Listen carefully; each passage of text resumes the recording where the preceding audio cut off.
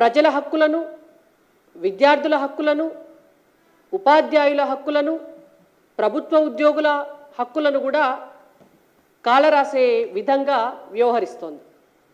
రేవంత్ రెడ్డి గారైతే ఇందిరాగాంధీ గారి వారసత్వాన్ని పుణికిపుచ్చుకొని అసలు ఈ రాష్ట్రంలో ఉన్నటువంటి ప్రజలకు హక్కులు ఉంటాయా, వారు ఎన్నికల సమయంలో ఇచ్చినటువంటి హామీలకు విలువ ఉంటుందా అన్నట్టుగా వ్యవహరిస్తున్నారు. చాలా చిత్రమైనటువంటి విషయం ఏంటంటే, ఎన్నికల సమయంలో మేము ప్రజాపాలన అందిస్తాం, మేము ప్రజల కోసం పనిచేస్తాం, మేము ప్రభుత్వ ఉద్యోగుల పక్షాన ఉంటాం, మేము ప్రైవేట్ రంగంలో పనిచేసేటటువంటి వాళ్లకు బతుకు భరోసానిస్తాం, మేము రైతుల కోసం పనిచేస్తాం, మేము మహిళలకు చేయూతనిస్తామని చెప్పి, మేము నిరుద్యోగులకు ఉద్యోగాలు ఇస్తామని చెప్పి అధికారంలోకి వచ్చినటువంటి కాంగ్రెస్ పార్టీ 6 గ్యారంటీల పేరుతో, 13 హామీల పేరుతో, 69 దానికి అదనపు హామీల పేరుతో, మొత్తం గంపగుత్తగా అక్కడిక్కడ మాట్లాడిన ఒక 400 హామీల పేరుతో ఇవాళ జనం నెత్తి మీద ఒక గాడిద గుడ్డు పెట్టింది. మోసం తెలంగాణ ప్రజలను దగా చేసింది. ఆ ప్రజల్లో భాగమైనటువంటి ఉద్యోగుల విషయానికి వస్తే కూడా తెలంగాణ రాష్ట్రంలో బడి పిల్లలకు పాఠాలు చెప్పేటటువంటి పంతుళ్ళు గత 6 నెలల కాలం నుంచి కాళ్ళరిగేలాగా రేవంత్ రెడ్డి గారి ఇంటి చుట్టూ, ముఖ్యమంత్రి గారి కార్యాలయం చుట్టూ, సదరు ఆఫీసర్లు ఎవరన్నా ఉంటే వాళ్ళ కార్యాలయాల చుట్టూ కాళ్ళరిగేలాగా తిరుగుతున్నారు. వాళ్లకు వారం రోజులు బడి ఉంటుంది, సెలవు ఒక ఆదివారం ఉంటుంది. ఆదివారం నాడు హైదరాబాద్కు వస్తే ఏ ఆఫీసర్ ఉండడు. విద్యాశాఖ మంత్రి ఉండడా అంటే విద్యాశాఖ మంత్రి లేడు. విద్యాశాఖను తన దగ్గర పెట్టుకున్నటువంటి రేవంత్ రెడ్డి గారు కలవరు. మరి ప్రభుత్వ ఉపాధ్యాయులు వాళ్ళ గోస ఎవరికి చెప్పుకోవాలా?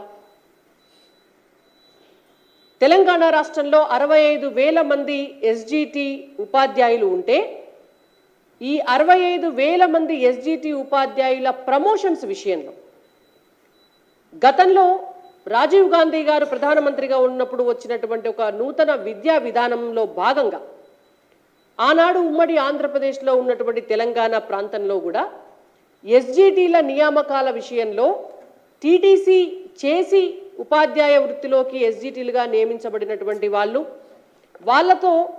వాళ్ళ నెంబర్ సరిపోకపోవడం వల్ల బీఎడ్ చేసినటువంటి వాళ్ళను కూడా ఎస్జిటిలుగా ఆ రోజు ప్రభుత్వం తీసుకోవడం జరిగింది. నియమించుకున్న నాడు బాగానే ఉంది. నియమించుకున్న నాడు ప్రభుత్వ ఉద్యోగులుగా, టీచర్లుగా వాళ్ళను ఎక్కడికి వెళ్ళమంటే అక్కడ పోయి వాళ్ళు పనిచేసినారు. మరి ఆ తర్వాత కొన్నాళ్లకు బీఈడీ చేసినటువంటి వాళ్లకు ప్రమోషన్ల విషయంలో అన్యాయం చేస్తూ వస్తున్నారు. ఇవాళ రేవంత్ రెడ్డి గారికి గత 6 నెలల కాలంలో ఎస్జిటిలుగా నియమించబడినటువంటి అన్యాయానికి గురవుతున్నటువంటి వాళ్ళంతా కూడా ఇంటి చుట్టూ తిరుగుతూ మొరబెట్టుకుంటున్నారు. నియమించుకునే నాడు ఒక రూల్ ఉంటే ప్రమోషన్లు ఇచ్చేటందుకు మాత్రం ఇంకో రూల్ ఎట్లా ఉంటుంది అని. గతంలో వాళ్ళను ఇబ్బంది పెట్టడానికి తీసినటువంటి జీవోల విషయంలో ఆనాడు గత ప్రభుత్వాలు తీసుకొచ్చినటువంటి జీవో 2, జీవో 3 ఉపాధ్యాయులకు అన్యాయం చేసేటటువంటి జీవోలు, ఆ జీవోలను రద్దు చేసి పాత జీవోలు జీవో 11, జీవో 12 అని అమలు చేయాలి అని చెప్పి వాళ్ళు ఏదైతే కోరుతున్నారో వాటిని కనీసం పరిశీలించేటటువంటి పరిస్థితిలో కూడా రేవంత్ రెడ్డి గారి ప్రభుత్వం లేదు. మీకు పార్టీ ఫిరాయింపుల కోసం ఉన్నటువంటి సమయం మీ పార్టీ నాయకులు రాహుల్ గాంధీ గారు, సోనియా గాంధీ గారు, మల్లికార్జున్ ఖర్గే గారు ఢిల్లీలో ఒక డయాస్ మీద నిలబడి మీ పార్టీ మేనిఫెస్టోను రిలీజ్ చేసి పాంచన్యాయ సూత్రాలని చెప్పి ప్రజలకు చెప్పి పక్క పార్టీలో గెలిచినటువంటి అభ్యర్థులు ఇతర పార్టీలకు వెళితే వాళ్ళ అభ్యర్థిత్వాన్ని రద్దు చేయాలి, వాళ్ళను డిస్క్వాలిఫై చేయాలి అని చెప్పి మీరు మీ పాంచజన్య సూత్రాలలో పెట్టింది. వాటిని కూడా కాలదన్ని ఇవాళ నియమాలు నిబంధనలు ఏమీ లేకుండా మీరు తెలంగాణ రాష్ట్రంలో పక్క పార్టీలలో గెలిచినటువంటి వాళ్ళను జాయిన్ చేసుకునేటందుకు మీకు సమయం ఉన్నది. వాటికి ఏ నియమాలు ఉండయి, వాటికి ఏ నిబంధనలు ఉండయి, మీరు మాట్లాడిన మాటలకు విలువ ఉండదు. మరి వాళ్ళ ప్రభుత్వ ఉద్యోగులకు ఇచ్చేటటువంటి ప్రమోషన్ల విషయంలో మాత్రం మీకెందుకు సమయం సరిపోతలేదు? మీరెందుకు వాటి గురించి ఆలోచిస్తలేరు? నిజంగానే కొత్త జీవో ప్రకారం మేము చేస్తున్నామని మీరు చెప్తే ఆ జీవోలను రద్దు చేసి ఎస్జిటిలుగా అపాయింట్ అయినటువంటి టీటీసీ చదువుకున్నటువంటి వాళ్లకు, బీఎడ్ చదువుకున్నటువంటి వాళ్లకు అందరికీ కూడా ప్రమోషన్ల విషయంలో సమన్యాయం చేయాలి అనేటువంటి సోయి ముఖ్యమంత్రి గారికి ఎందుకు లేదు అని మేము అడుగుతున్నాం. గత 10 సంవత్సరాలుగా ప్రమోషన్లు లేవు. ఇవాళ మీరేదో ఇస్తాము అని ఒక ఆశ చూపినరు వాళ్లకు. మరి ఆ ఇచ్చే ఆశ చూపినటువంటి క్రమంలో సమన్యాయం చేయండి.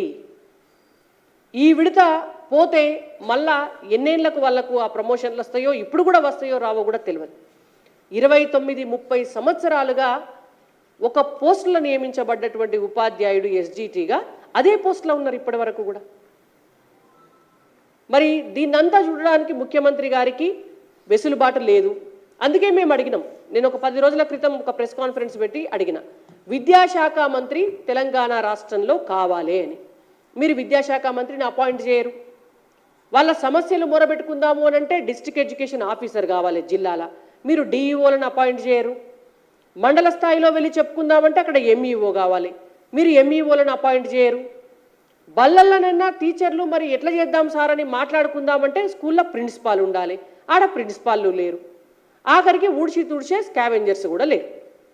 అంటే ఈ దిక్కు దివానం లేని విద్యాశాఖలో ప్రమోషన్ల విషయంలో కూడా మీరు అన్యాయం చేయటం వల్ల ఇవాళ ఆ ప్రమోషన్ల విషయంలో అన్యాయం జరిగి అవేమన్నా ఆగిపోతే కూడా మళ్ళా ఖాళీ కావాల్సినటువంటి 11,000 పోస్టులు ఆగిపోతాయి. మొత్తం 25,000 పోస్టులు ఖాళీ ఉంటే మీరు ఒక 11-12,000 పోస్టులకి నోటిఫికేషన్ ఇచ్చిర్రు, టీచర్లను పోస్టులు భర్తీ చేస్తామని. మిగిలిన 10-11,000 పోస్టులు కూడా ఈ వీళ్ళకు ప్రమోషన్లు వస్తేనే అవి ఖాళీ కావాలి. అవి ఖాళీ అయితే మీరు మళ్ళీ ఫిలప్ చేయాలి. ఇది ఇంటర్లింక్ అయినటువంటి సమస్య. నిరుద్యోగులకు ఉద్యోగాలు రావాలన్నా, విద్యాశాఖలో టీచర్ల భర్తీ పూర్తి కావాలన్నా, దానికి ఇవాళ ప్రమోషన్స్ ఇచ్చే విషయంలో కూడా సమన్యాయం చేసి ప్రమోషన్స్లో, ట్రాన్స్ఫర్స్లో మీరు నీతిగా వ్యవహరిస్తే పాఠాలు చెప్పేటటువంటి ఉపాధ్యాయుల గోసపుచ్చుకోకుండా ఇవాళ సమాజ హితం కోసం తెలంగాణలో బడుగు బలహీన వర్గాల పిల్లలు చదువుకునేటువంటి పేద విద్యాలయాలు బాగుండాలి. పేద పిల్లలు చదువుకునే బళ్ళల్లో పంతులు మనస్ఫూర్తిగా పనిచేసి వాళ్ళకు పాఠాలు చెప్పాలి. 100% అక్కడ టీచర్స్ ఉండాలి అని అంటే మీరు ఇప్పటి నుంచే దాన్ని ఒక క్రమశిక్షణతోటి, చిత్తశుద్ధితోటి, విలువలతోటి, కొద్దిగా శ్రద్ధతోటి చేయాలని చెప్పి రేవంత్ రెడ్డి గారికి మేము సూచిస్తున్నాం. ఉపాధ్యాయుల ప్రమోషన్ల విషయంలో ఖచ్చితంగా వాళ్ళు అడుగుతున్నటువంటి పాత జీవోలు వాటినే అనుసరంగా చేసి కొత్త జీవోలను రద్దు చేసేటటువంటి విషయంలో మీరు ఒక కమిటీని వేసి సమీక్ష చేయాలని చెప్పి భారతీయ జనతా పార్టీ తరఫున టీచర్లందరికీ కూడా సమన్యాయం చేయాలని చెప్పి మేము డిమాండ్ చేస్తున్నాం.